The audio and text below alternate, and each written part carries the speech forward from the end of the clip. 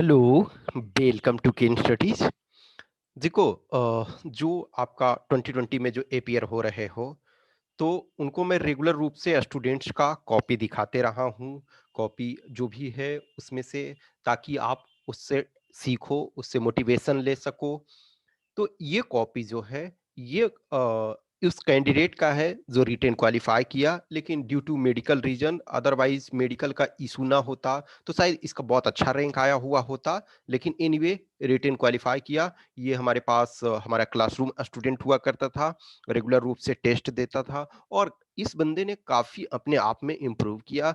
Improvement इसका बहुत अच्छा था, no doubt.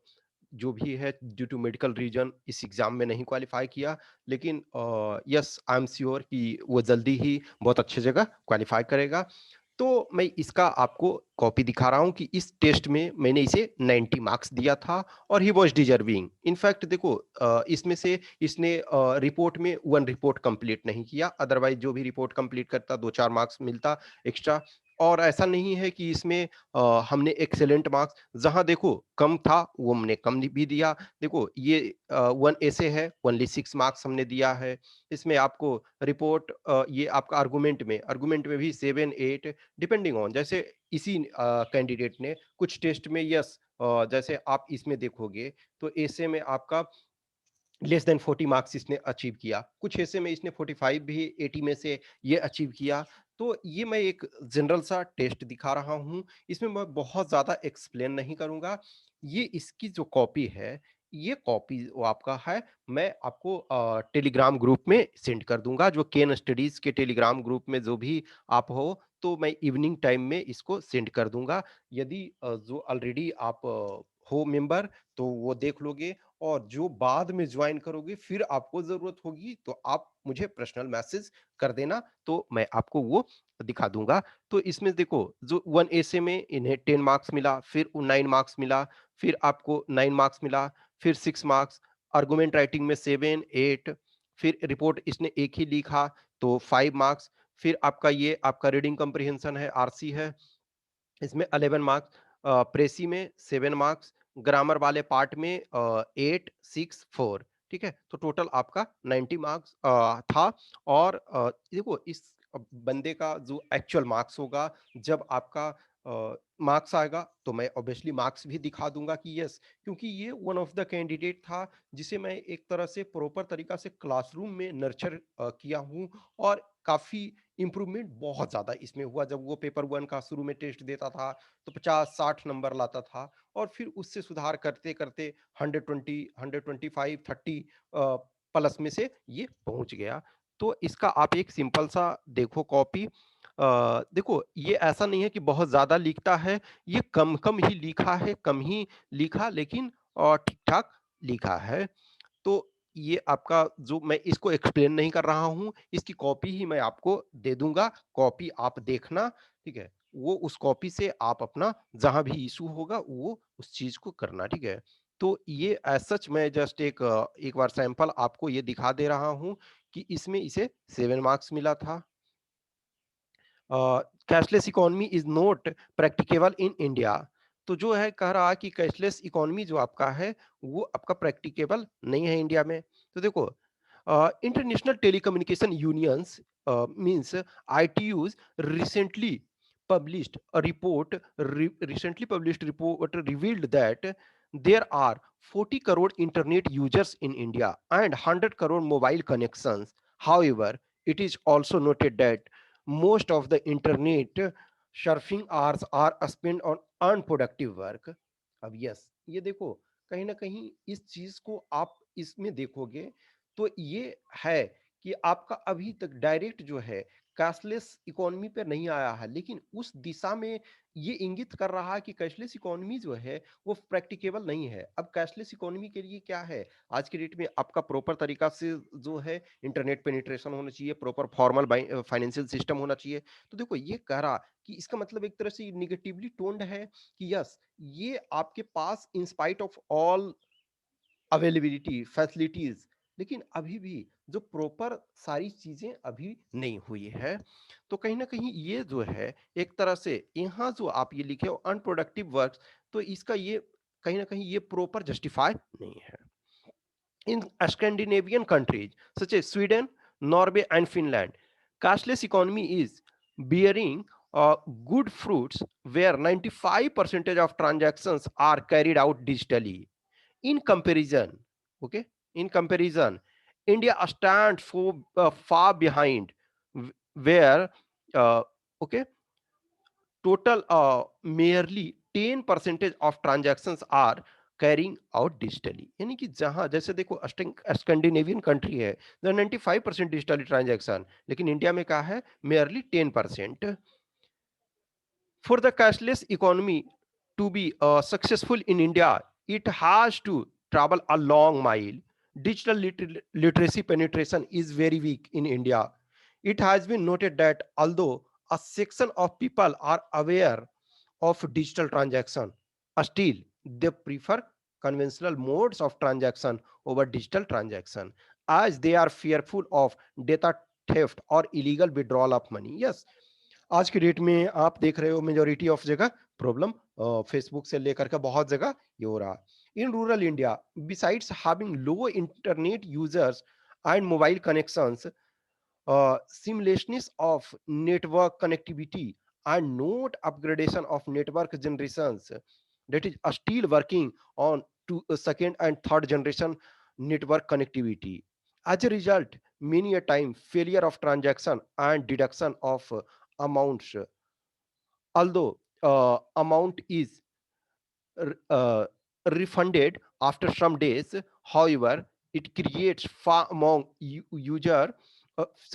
among users, and they refrain from carrying out digital transactions. तो देखो, ये जो डिजिटल ट्रांजैक्शन जो फिजिकल इंडिया में नहीं है, तो इस चीज को ये जस्टिफाई कर रहा है कि यस, जो प्रॉब्लम है ये कहाँ आपका है। In order for digital transactions and cashless economy to be successful in India, there is need of robust financial inclusion mechanism, organization of camps to make people educate, okay, uh, per, okay, pertaining to cashless transactions. So, पता नहीं जो भी है, promotion of payment bonds, payment banks, mobile wallets, prepaid payment transactions, okay, along with grievances redressal mechanism, so that confidence is boosted in the users, okay। तो ये एक आपका sample, इसमें हमने 10 मार्क्स दिए हैं। नेक्स्ट है making arm forces attractive to youngsters, ठीक है। तो जो आर्म फोर्सेस है वो उसको यंगर्स को के तरफ अट्रैक्ट, देखो इसने जहां भी जरूरत था तो इसने एक तरह से हाईलाइट भी बहुत ज्यादा कर दिया है। कहीं ना कहीं आप इतना ज्यादा हाईलाइट नहीं करो, हाईलाइट करना चाहिए लेकिन बहुत ज्यादा नहीं होना चाहिए। कुछ कुछ हर पैराग्राफ में एक दो जगह, दो से मैक्सिमम ज्यादा नहीं होना चाहिए। जैसे यहाँ 3 प्लेसेस पे आपने कर दिए, यहाँ देखो इसने मल्टीपल प्लेसेस पे कर दिए। अब उतना आपको अंडरलाइन नहीं करना चाहिए, कहीं ना कहीं ये भी निगेटिव सेंस देता है, निगेटिव इम्पैक्ट देता है। यदि आपका, यदि दो जगह, एक जगह, तीन जगह करते हो तो जो एग्जामिनर होता है वो उस चीज को प्रॉपर देखता है। अब आपने पूरे हाफ में हाईलाइट ही कर दिया।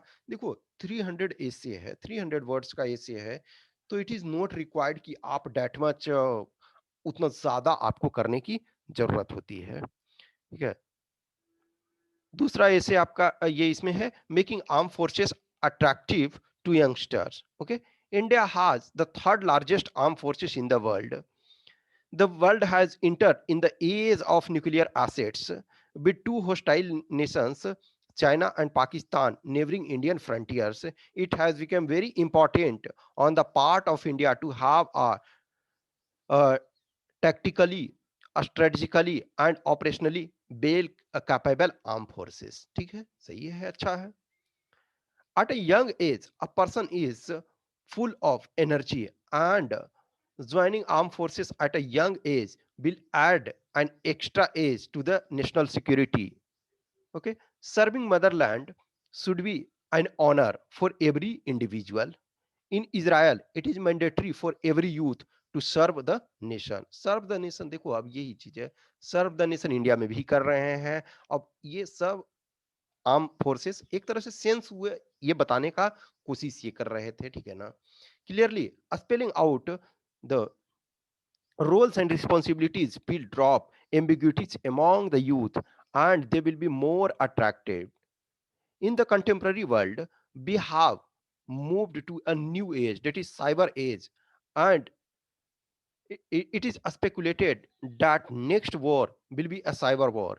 We need to harness the knowledge and experience of youths in software technology to integrate it with cybercrime prevention, securing a space assets, reconnaissance, decoding encrypted sensitive messages, etc. Okay, uh, thereby ensuring national security.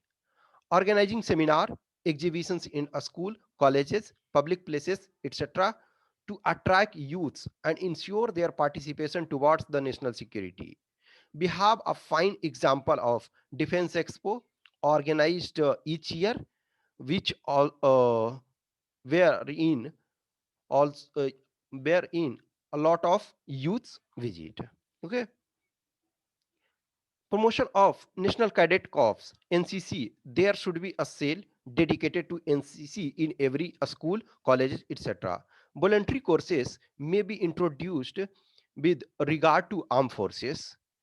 Advertisements at public platforms, online streaming videos as done by the Indian Army, the Indian Air Force, and the Indian Navy.